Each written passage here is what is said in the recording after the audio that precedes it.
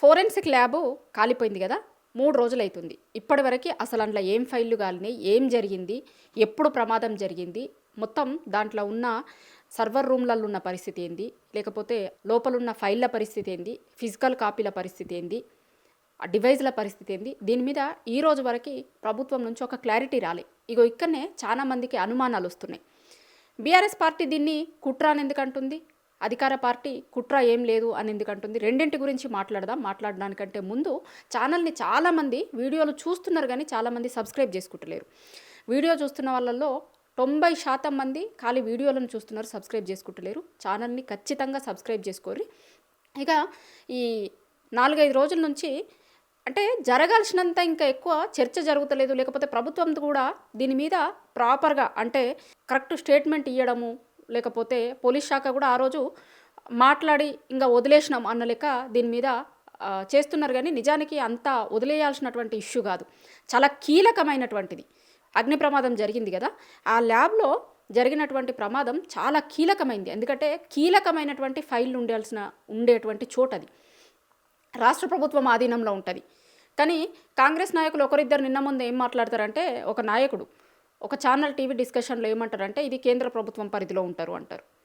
అసలు రాష్ట్ర ప్రభుత్వ పరిధిలో ఉందా, ఇది కేంద్ర ప్రభుత్వ పరిధిలో ఉంటుందా అనేది కూడా తెలియకుండా ఒక ప్రజాప్రతినిధి అయిన మళ్ళా ఏదో నార్మల్ నాయకుడు కాదు మాట్లాడేది, ఒక ప్రజాప్రతినిధి దీన్ని కేంద్రం మీదకి ఇంకొకరి మీదకి నెట్టేసే ప్రయత్నం చేసిర్రు. కానీ అది కాదు, రాష్ట్ర ప్రభుత్వం ఆధీనంలోనే ఉంటుంది అది.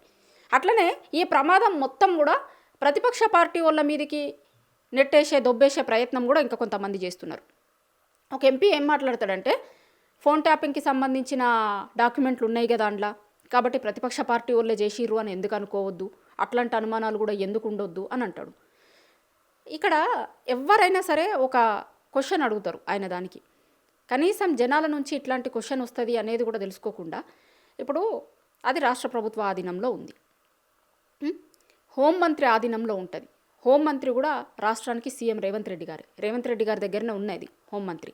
ఇంకా 3 మంత్రులు లేరు కదా మనకి, ఆ 3కి సంబంధించిన శాఖలు రేవంత్ రెడ్డి గారి దగ్గరే ఉన్నది. అందులో కీలకమైనటువంటి హోంమంత్రి కూడా ఇప్పుడు రేవంత్ రెడ్డి గారే. ఈ డిపార్ట్మెంట్ అంతా కూడా కీలకమైనటువంటి డిపార్ట్మెంటు. ఇంత కీలకమైన డిపార్ట్మెంట్లోకి ఒక ప్రతిపక్ష పార్టీ వాళ్ళు పోయి ఫైర్ యాక్సిడెంట్ చేయగలిగితే, చేసిర్రేమో అనే అనుమానం మీరు వ్యక్తం చేస్తే, ఒక కీలకమైనటువంటి చోట ప్రతిపక్ష పార్టీ వాళ్ళు పోయి ఫైర్ యాక్సిడెంట్ చేసిర్రేమో అని మాట్లాడితే మరి ఇంకా లా అండ్ ఆర్డర్ ఏమున్నట్టు రాష్ట్రంలో? ఒకవేళ నిజంగానే ప్రతిపక్ష పార్టీ వాళ్ళ హ్యాండ్ లేకపోతే వాళ్ళ పాత్ర ఉంటే మీరు ఇప్పటివరకు ఊరుకునేటోళ్ళ? ఎంత గాయ చేసేటోళ్ళు? ఇప్పటికీ కూడా కాంగ్రెస్ ఏం చెప్తుంది, 2.5 ఏళ్ళైంది అధికారంలోకి వచ్చి, ఈ రోజుకి కూడా మీరు ఎందుకు ఏం చేస్తలేరు అంటే, ఏం లేదు ఈడ, అంతకుముందున్న ప్రభుత్వం ఏం ఉంచలే ఈడ, లంక బిందెలు ఉన్నాయని వచ్చినాం, ఖాళీ కుండలు ఉన్నాయి, ఇదే సమాధానం చెప్తారు. ఇవాళటికి కూడా ఏదైనా పథకం గురించి అడిగితే, దేని గురించి అన్న అడిగితే చెప్పులు ఎత్తుకుపోయేటోళ్ళు లెక్క చేస్తున్నారు, అప్పు పుడతలేదు. ఇదే కదా మీరు చెప్పేది. మీకు ఓటేసింది ఎందుకు, మిమ్మల్ని గెలిపించింది ఎందుకు, మేము వాళ్ళకంటే ఎక్కువ చేస్తాం, మేము మార్పు చేస్తాము అంటేనే కదా మిమ్మల్ని గెలిపించిర్రు. ఇంకా మళ్ళా ఇక రాష్ట్రంలో ఏమన్నా జరగని, ఏడ సీమ చిటుక్కుమన్నా కూడా ఫస్ట్ ప్రతిపక్షం మీదకి దొబ్బదందుకు రెడీగా ఉంటారు. కానీ జవాబుదారీతనం మీరుండాలి. ప్రభుత్వాలు ప్రజలకు జవాబుదారీతనంగా ఉండాలి. ప్రభుత్వాలని ప్రశ్నిస్తే జనం, మీరు దాన్ని యాక్సెప్ట్ చేసి దానికి ఉన్నటువంటి కారణం ఏంది అని జనాలకు చెప్పాల్సినటువంటి బాధ్యత అధికార పార్టీకి, అధికార పార్టీలో ఉన్నటువంటి సభ్యులకు ఉంటుంది. కానీ ఎంతసేపు మేము వేరేటోళ్ళ మీదకి దొబ్బుతాం అంటే జనం అన్నీ కూడా చూస్తురు, అన్నింటికి కావాల్సిన టైంలో సమాధానం చెప్తారు. ఇక ఈ ఫోరెన్సిక్ ల్యాబ్లో జరిగిన దాని మీద ఇంకొకటి కూడా ఏం చెప్తారంటే, అధికార పార్టీ ప్రాణ నష్టం జరగలేదు అనే దాని గురించి చెప్తారు. సరే సంతోషం, ప్రాణ నష్టం జరగలేదు కాబట్టి. ఎందుకంటే అంతకుముందే అదే నాంపల్లిలో గతంలో ఒక ఫర్నిచర్ షాపు మొత్తం ఇట్లనే అయ్యింది, కొంతమంది చనిపోయారు, చూసినాం అక్కడ మనం. అయితే ఫర్నిచర్ షాపులలో అయితే ఇట్లాంటి అగ్ని ప్రమాదాలు జరిగినాయి అనుకోర్రి, అంత ఈ కర్టెన్స్, సోఫాలు, ఆ ఫోమ్ ఉంటుంది, ఇదంతా ఉంటుంది కాబట్టి అగ్ని ప్రమాదం జరిగినప్పుడు ఏమవుతుందంటే ఒకదానికొకటి అంటుకొని మంటలు ఎక్కువ వచ్చి లోపలికి పోవడానికి అవకాశం ఉండదు, లేకపోతే మొత్తం ఎక్కువసేపు మంటలు ఎగిసిపడే అవకాశం ఉంటుంది. కానీ ఈ ల్యాబ్లో జరిగిన ప్రమాదంలో 3-3.5 గంటలు మంటలు ఆర్పడానికి టైం పట్టింది అంటారు. 3-3.5 గంటల పాటు అదేం ఫర్నిచర్ షాప్లో ఇంకొకటో అయితే ఎక్కువసేపు మంటలు ఆ కంట్రోల్లోకి తేవడానికి ఎక్కువ టైం పడుతుంది. ఇక్కడ ఉన్నాయి మొత్తం హార్డ్ డిస్కులు ఇట్లాంటిదే కదా, ఎలక్ట్రానిక్ వస్తువులే ఎక్కువ. ఒక ఫ్లోర్ నుంచి ఇంకొక ఫ్లోర్కి మంటలు అంటుకునడో, లేకపోతే ఒక రూమ్ నుంచి ఇంకొక రూమ్కి మంటలు అంటుకునేలాంటి అంత డివైజ్లు, ఎలక్ట్రానిక్ డివైజ్ల లాంటివే ఉంటాయి కదా ఎక్కువగా. అయినా అంత టైం ఎందుకు పట్టింది? దీనికి సమాధానం లేదు. ఇంకొకటి ఏంది, అక్కడ ఒక్కరే ఉన్నారు అని అంటారు. అంటే అంత కీలకమైన ఫైళ్ళు పెట్టిన చోట మీరు ఎంతమందితో సెక్యూరిటీ ఉంది అక్కడ? కావాలి ఎంతమంది ఉండాలి? ఎంతమంది ఉన్నారు? అసలు ఈ సర్వర్ రూమ్లు కాలిపోయినాయి అని చెప్తున్నారు కదా. ఇవాళ రేపు ఇండ్లల్లో మామూలుగా కమర్షియల్ కాంప్లెక్స్లకు కానీ, లేకపోతే గేటెడ్ కమ్యూనిటీలలో కానీ ఇప్పుడు ఈ మధ్య కట్టేటువంటి వాటికి ఫైర్ సేఫ్టీ, చాలా రకాలైనటువంటి సేఫ్టీలతో బిల్డింగ్లు కడుతున్నారు ఒక బిల్డింగ్ కట్టాలంటేనే. అట్లాంటిది ఇంత కీలకమైన ఫైళ్ళు ఉన్న చోట రాష్ట్ర ప్రభుత్వం ఎంత అప్రమత్తంగా ఉండాలి? అక్కడ ఉన్నటువంటి సీసీ కెమెరాలు కావచ్చు, లేకపోతే ఒకవేళ ఇట్లాంటి అగ్ని ప్రమాదాలు జరిగినప్పుడు కూడా లోపల ఉన్నటువంటి ఫైల్స్కి ఏం కాకుండా ఉండేటువంటి టెక్నాలజీ ఏం లేకుండా పోయిందా? చాలా అడ్వాన్స్డ్ టెక్నాలజీ వస్తుంది కదా, రోజు రోజుకి చాలా అడ్వాన్స్డ్ టెక్నాలజీ వస్తుంది. కానీ ఇవేవి ఇట్లాంటి సేఫ్టీ పద్ధతులు ఏవి కూడా పాటించలేదు అనేది ఈ ఇన్సిడెంట్ చూసినప్పుడు మనకు అర్థమవుతుంది. చాలా కీలకమైనటువంటి ఓటుకు నోటుకు సంబంధించినటువంటి ఇష్యూతో మొదలు పెడితే చాలా కీలకమైనటువంటి ఫైళ్ళు కావచ్చు, దానికి సంబంధించినటువంటి డాక్యుమెంట్లు కావచ్చు కూడా అక్కడ ఉంటాయి. ఇప్పుడు ఎవరన్నా ఒక ల్యాండ్ ఏదన్నా ఉందనుకోండి, గవర్నమెంట్కి సంబంధించిన ల్యాండ్ నాదే అని ఒక ప్రైవేట్ అయిన ఎవరో క్లెయిమ్ చేసిరు. ఆ కేసు కోర్టులో నడుస్తుంది. ఆయన ఏవో పేపర్లు తీసుకొని వచ్చిండు, నాదే ఈ భూమి అది ఇది అని. దాని మీద గవర్నమెంట్ కొట్లాడుతుంది. వాళ్ళు కూడా కొన్ని పేపర్లు ఏదో వాళ్ళకున్న పేపర్లు తీసుకొని వస్తారు కదా. ఆ పేపర్లు తీసుకొని వచ్చినప్పుడు ఇవి ఏమైతాయి అంటే కోర్టు రాకపోయిన తర్వాత ఇగో ఈ ఫోరెన్సిక్ ల్యాబ్కే పంపిస్తారు. వాళ్ళ దగ్గర ఉన్నాయి ఆ ఎవిడెన్స్లు, వాళ్ళు అమ్మిర్రు కొన్నరు అనేలాంటివి చేసిన సంతకాలు వాళ్ళే ఏమైనా కావా, ఆ డాక్యుమెంట్లు అన్నీ చూడండి, కరెక్ట్గా చూడండి, వాళ్ళ సంతకం టాలీ అవుతుందా కాదా, ఇగో ఇట్లాంటివన్నీ కూడా తేలాల్సింది ఈ ఫోరెన్సిక్ ల్యాబ్లనే. ఇప్పుడు గవర్నమెంట్కి సంబంధించిన ఏదన్నా భూములను ఎవరో ప్రైవేట్ వ్యక్తులు మాదే అని క్లెయిమ్ చేసిరు, అది కోర్టులో కేసు నడుస్తుంది.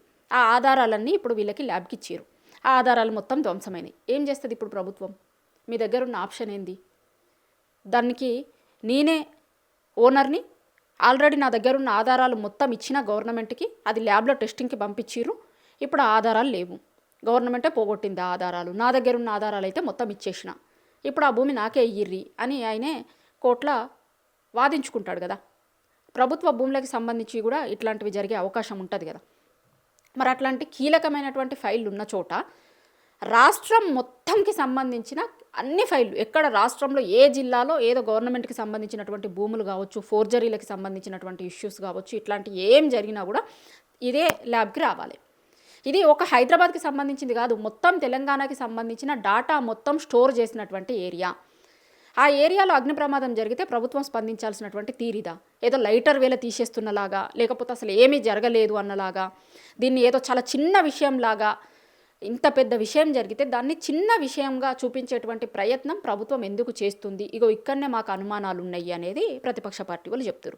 ఖచ్చితంగా దీని వెనకాల కుట్ర జరిగింది, ఇది ఏదో నార్మల్గా జరిగినటువంటిది కాదు, దీని వెనకాల చాలా పెద్ద కుట్ర ఉన్నట్టుగా మాకు అనుమానాలు వస్తున్నాయి అనేది అధికార పార్టీని ప్రతిపక్షం వాళ్ళు అంటున్నారు. సిట్టింగ్ జడ్జితోని విచారణ చేయాలి అంటున్నారు. నిజంగానే ఏం జరగకపోతే నార్మల్ ప్రమాదమే అయితే కనుక సిట్టింగ్ జడ్జితోని ఎంక్వైరీ చేయించడానికి మీకున్నటువంటి అభ్యంతరాలు ఏంది అనేది ప్రతిపక్ష పార్టీ వాళ్ళు అడుగుతున్నటువంటి ప్రశ్న. కానీ అధికార పార్టీ నుంచి ఇప్పటివరకు వీటి మీద ఎట్లాంటి ఆన్సర్స్ అయితే రాలేదు. నిజంగా జనాలకు కూడా చాలా అనుమానాలు ఉన్నాయి దీని మీద. జనాలకు ఉన్నటువంటి అనుమానాలు కావచ్చు, ప్రతిపక్ష పార్టీలకు ఉన్నటువంటి అనుమానాలు కావచ్చు, ఆ అనుమానాలను నివృత్తి చేయాల్సినటువంటి బాధ్యత అయితే అధికార పార్టీ మీదనే ఉంటుంది ఖచ్చితంగా. ప్రభుత్వం మీద మరీ ముఖ్యంగా ఉంటుంది. కానీ ప్రభుత్వం దీని మీద ఇప్పటివరకు ఒక క్లారిటీ అయితే ఇవ్వలేదు. అసలు జరిగినటువంటి ఇన్సిడెంట్ను కూడా చాలా చిన్నదిగా చూపించేటువంటి ప్రయత్నం చేస్తున్నారు. సో ఆ ప్రయత్నాలలోనే మాకు అనుమానాలు ఉన్నాయి అనేది ప్రతిపక్షం వాళ్ళు అంటున్నారు. మరి చూడాలి ఏం తేలుతుంది, ఎట్లాంటి ఫైళ్ళు మాయమైనవి, దీంట్లో నుంచి ఏ ఫైళ్ళు ఖాళీ బూడిదైనాయి, అసలు ప్రభుత్వం దగ్గర ఉన్నటువంటి డాటా ఏంది, ఆ డాటాలో ఎంత డాటాని మళ్ళీ రిట్రైవ్ చేయగలుగుతారు, అసలు పరిస్థితి ఏంది, ఏవి ఖాళీ బూడిదైనాయి, ఏవి మిగులున్నాయి, కేసుల పరిస్థితి ఏంది, ఏ కేసులకు సంబంధించినటువంటి ఆధారాలు అక్కడ ఉన్నాయి. దీని మీద ఇంకా ఇన్సిడెంట్ జరిగి 4 రోజులైనా ఇప్పటివరకు ఎట్లాంటి క్లారిటీ రాలేదు. భవిష్యత్తులోనైనా చాలా తొందరగానైనా దీని మీద ఒక క్లారిటీ ప్రభుత్వం వైపు నుంచి వస్తుంది అని మనందరం ఆశిద్దాం.